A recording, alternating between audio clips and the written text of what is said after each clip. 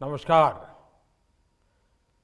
वर्तमान गादीपति पूज्य कंचन मां, व्यवस्थापक पूज्य गिरीशापा, पौष के पवित्र महीने में आज हम सब आय श्री सोनल मां की जन्म शताब्दी के साक्षी बन रहे हैं। ये आय श्री सोनल मां का आशीर्वाद है कि मुझे इस पुनीत आयोजन से जुड़ने का सौभाग्य मिल रहा है। मैं पूरे चारण समाज, सभी व्यवस्थापकों और सोनल मां के सभी भक्तों को बहुत बहुत अभिनंदन करता हूं। मढ़ड़ा धाम चारण समाज के लिए श्रद्धा का केंद्र है, शक्ति का केंद्र है,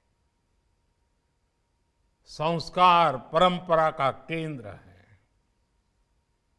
मैं आय के श्री चरणों में अपनी उपस्थिति दर्ज कराता हूं, उन्हें प्रणाम करता हूं। मेरे परिवारजनों, जन्म शताब्दी के इस 3 दिवसीय महोत्सव के बीच आय श्री सोनल मां की स्मृतियां हमारे साथ है। भगवती स्वरूपा सोनल मां इस बात का साक्षात उदाहरण रही है कि भारत भूमि किसी भी युग में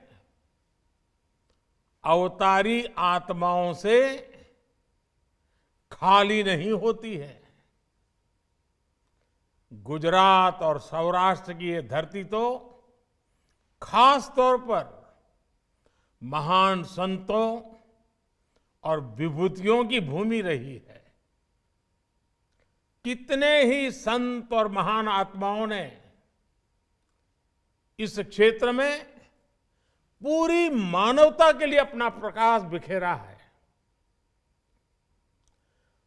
पवित्र गिरनार तो साक्षात भगवान दत्तात्रेय और अनगिनत संतों का स्थान रहा है। सौराष्ट्र की सनातन संत परंपरा में श्री सोनल मां आधुनिक युग के लिए प्रकाश स्तंभ की तरह थी। उनकी आध्यात्मिक ऊर्जा, उनकी मानवीय शिक्षाएं,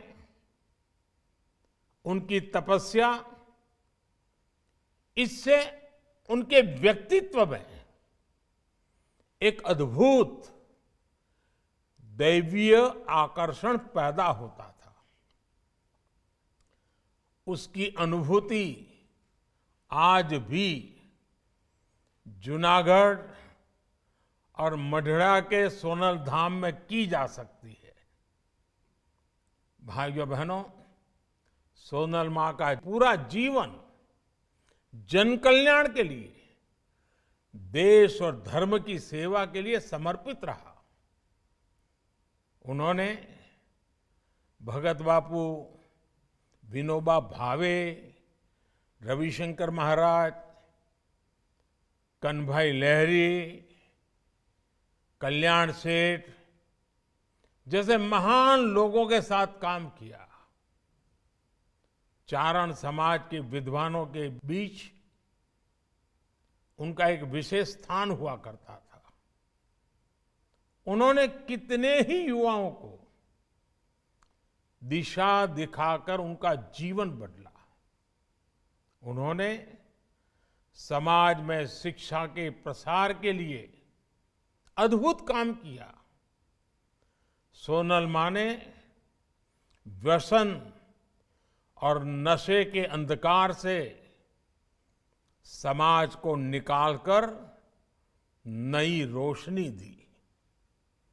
सोनल मां समाज को कुरीतियों से बचाने के लिए निरंतर काम करती रही।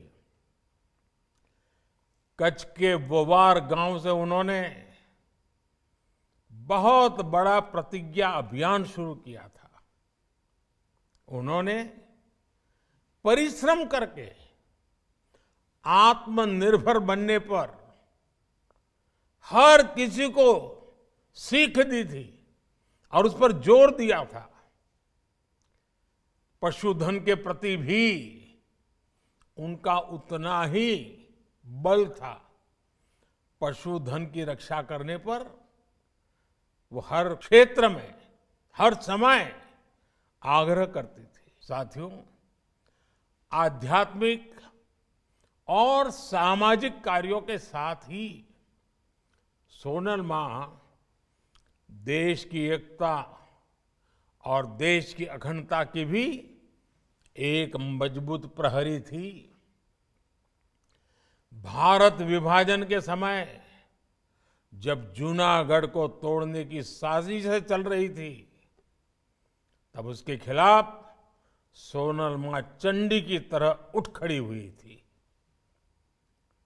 मेरे परिवारजनों, आज श्री सोनल मां देश के लिए, चारण समाज के लिए, माता सरस्वती के सभी उपासकों के लिए महान योगदान की एक महान प्रतीक थी।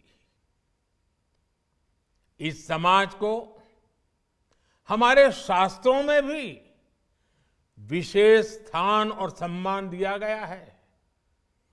भागवत पुराण जैसे ग्रंथों में चारण समाज को सीधे श्री हरि की संतान कहा गया है। इस समाज पर मां सरस्वती का विशेष आशीर्वाद भी रहा है और इसलिए इस समाज में एक से एक विद्वानों की परंपरा अविरत चलती रही है। पूज्य ठारण बापू, पूज्य ईश्वरदास जी, पिंगళसी बापू, पूज्य काग बापू, मेरुभा बापू, शंकरदान बापू, शंभुदान जी, भजनीक नारायण स्वामी, हेमूबाई गढ़वी, पद्मश्री कबीरदास और पद्मश्री भिखुदान भाई गढ़वी, ऐसे कितने ही व्यक्तित्व चारण समाज के विचारों को समृद्ध करते रहे हैं। विशाल चारण साहित्य आज भी इस महान परंपरा का प्रमाण है। देशभक्ति के गीत हो या आध्यात्मिक उपदेश हो, चारण साहित्य ने सदियों से इसमें अहम भूमिका निभाई है। श्री सोनल मां की ओजस्वी वाणी खुद इसका एक बहुत बड़ा उदाहरण रही है। उन्हें पारंपरिक पद्धति से कभी शिक्षा नहीं मिली, लेकिन संस्कृत भाषा, उस पर भी उनकी अद्भुत पकड़ थी। शास्त्रों का उन्हें गहराई से ज्ञान प्राप्त था।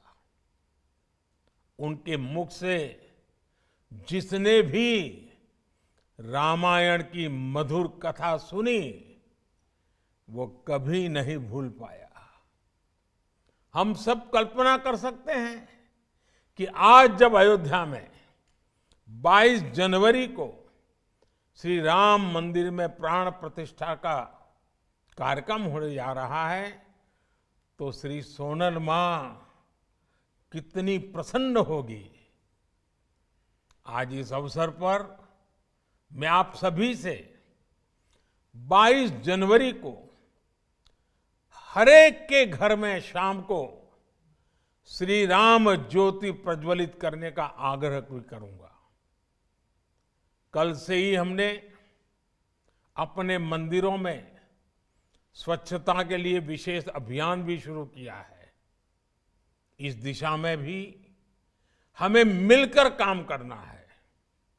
मुझे विश्वास है हमारे ऐसे प्रयासों से श्री सोनल मां की खुशी अनेक गुना बढ़ जाएगी। साथियों, आज जब भारत विकसित होने के लक्ष्य पर, आत्मनिर्भर होने के लक्ष्य पर काम कर रहा है, तो आज श्री सोनल मां की प्रेरणा हमें नई ऊर्जा देती है। इन लक्ष्यों की प्राप्ति में चारण समाज की भी बड़ी भूमिका है। सोनल मां के दिए गए 51 आदेश चारण समाज के लिए दिशा दर्शक और पथ दर्शक है।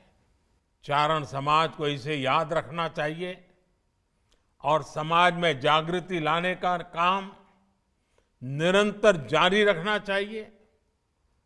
मुझे बताया गया है कि सामाजिक समरसता को मजबूत करने के लिए मढ़ड़ा धाम में सतत सदाव्रत का यज्ञ भी चल रहा है।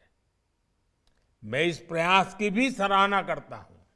मुझे विश्वास है आगे भी मढ़ड़ा धाम राष्ट्र निर्माण के ऐसे अनगिनत अनुष्ठानों को गति देता रहेगा। एक बार फिर आप सभी को श्री सोनल मां की जन्म शताब्दी महोत्सव की बहुत बहुत बधाई। इसी के साथ आप सबका भी बहुत बहुत धन्यवाद।